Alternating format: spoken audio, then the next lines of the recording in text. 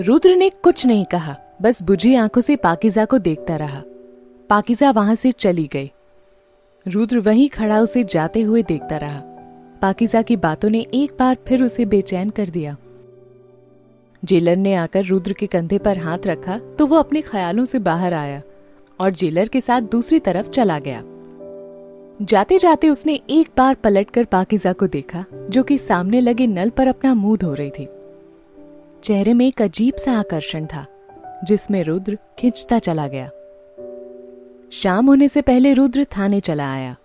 थाने में स्टाफ ज्यादा नहीं था। हवालात में एक 20 साल का लड़का बंद था, जिसे चोरी के इल्जाम में असलम ने अंदर कर दिया था। रुद्र ने लड़के से पूछताछ की तो उसने बताया कि 2 दिन बाद उसके एग्जाम्स हैं और उसके पास किताबें नहीं थीं। उसने लाइब्रेरी वाले से 2 दिन के लिए किताबें मांगी तो उसने मना कर दिया और फिर बेवजह उसके साथ मारपीट करके पुलिस को बुला लिया। यहाँ लाकर इन लोगों ने चोरी का इल्जाम लगाया और हवालात में बंद कर दिया। रुद्र खामोशी से लड़की की बात सुनता जा रहा था। उसे लड़की की आंखों में सच्चाई साफ नजर आ रही थी। उसने कुछ नहीं कहा और अपने कैबिन में आ गया। लड़के का मुंह उतर गया। वो एक कोने में जाकर घुटनों में सर छुपाकर रोने लगा। उधर कैबिन में बैठा रुद्र हैरान था ये सोचकर कि लोग कितना परेशान है इस मतलबी कानून से, लेकिन कैसे वो अकेला इसे सही रास्ते पर लाए। उसने कुछ निश्चय किया और घंटी बजाकर कांस्टेबल को बुलाया। पलक झपकते ही कांस्टेबल रुद्र के सामने हाजिर था। उसने पर्स से कुछ रुपए निकाले और कांस्टेबल की तरफ बढ़ाकर कुछ सामान लाने को कहा। कुछ ही देर बाद हाथ में 2-3 किताबें लिए कांस्टेबल थाने आया। उसके हाथ में किताबें देखकर सब हैरान थे। रुद्र कैबिन से बाहर आया। उसने किताबें ली और हवालात में बैठे उस लड़के की तरफ बढ़ाकर कहा, ये लो किताबें और मन लगाकर पढ़ाई करो। लड़के ने सुना तो सर उठाकर रुद्र की तरफ देखा और वो दौड़ता हुआ आया और रुद्र के हाथ से किताब ले ली। रुद्र ने उसके सर पर हाथ रखा और मुस्कुराकर चला गया। रागिनी ने रुद्र का ये रूप देखा तो बहुत खुश हुई। उसने आज से पहले किसी भी पुलिस वाले का ये रूप नहीं देखा था। रुद्र वापस अपने कैबिन में आकर फाइल्स में बिजी हो गया। कैबिन का गेट आधा खुला था, जिसके बिल्कुल सामने डेस्क पर बैठी रागिनी रुद्र को प्यार भरी नजरों से देख रही थी। रुद्र इस बात से बेखबर फाइल में बिजी था। ड्यूटी खत्म होते ही सब अपने अपने घर चले गए और हमेशा की तरह आज भी रुद्र को घर जाने में देरी हो गई। घड़ी रात के 9 बजा रही थी, पर रुद्र अभी भी उन्हीं फाइलों में डूबा हुआ था। साहब जी, आज घर नहीं जाएंगे आप? पाटिल ने कैबिन में आते हुए कहा। पाटिल की आवाज से रुद्र की तंद्रा टूटी। उसने देखा घड़ी 9 बजा रही है। उसने फाइल अलमारी में रखी और पाटिल से गाड़ी निकालने को कहा। पाटिल वहां से चला गया। रुद्र ने सभी जरूरी डॉक्यूमेंट्स और फाइल्स ड्रॉर में रखी, अपना फोन उठाया और जाने के लिए जैसे ही आगे बढ़ा, उसकी नजर टेबल पर पड़ी पाकीज़ा वाली फाइल पर पड़ी। रुद्र को याद आया, बिजी शेड्यूल के चलते वो उस फाइल को देख ही नहीं पाया।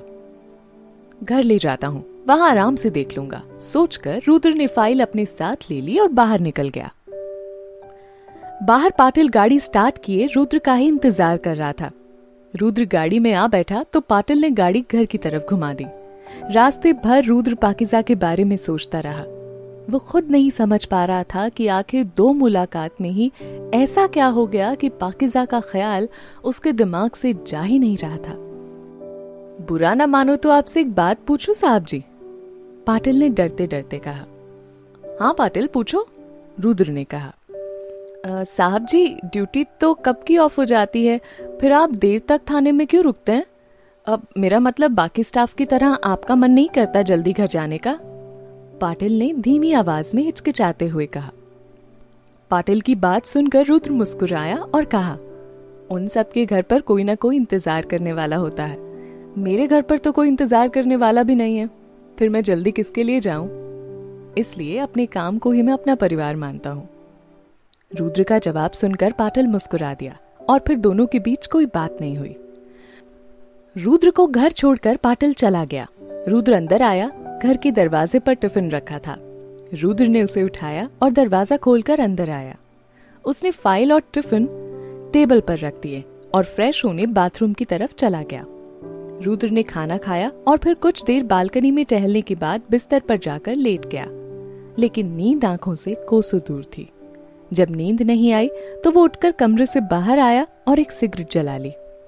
रुद्र को सिगरेट पीना पसंद नहीं था, फिर भी अक्सर जब तन्हा होता तो सिगरेट जला लेता। पर आज सिगरेट ने भी उसका साथ नहीं दिया और रुद्र ने उसे बुझाकर टेबल पर रख दिया। सहसा उसकी नजर वहां रखी पाकीज़ा की फाइल पर गई। उसने वो फाइल उठाई और आकर अपनी स्टडी टेबल पर बैठ गया। कमरे में हल्की रोशनी थी। रुद्र ने स्टडी टेबल पर रखा लैंप ऑन किया और फाइल खोलकर पढ़ने लगा। वो बड़े गौर से फाइल में लिखे एक एक शब्द को पढ़ता जा रहा था, जिसमें पाकीज़ा के गुनाह और उसकी सजा की कहानी थी।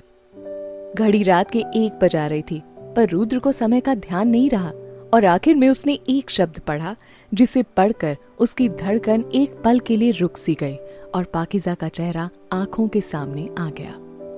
फाइल के आखिरी पन्ने पर लिखा था, पाकीज़ा एक वेश्या। यहां बस इतना ही। इस कहानी का अगला एपिसोड यहीं पर। दोस्तों, ये कहानी काफी बड़ी और इंटरेस्टिंग है, इसीलिए इसके सारे एपिसोड हमने पॉकेट एफएम ऐप पर अपलोड कर दिए हैं। पूरी कहानी पॉकेट एफएम डाउनलोड करके आप सुन सकते हैं, कहीं भी कभी भी। जल्दी से डाउनलोड कीजिए ऐप और जानिए आगे की कहानी। लिंक डिस्क्रिप्शन में है।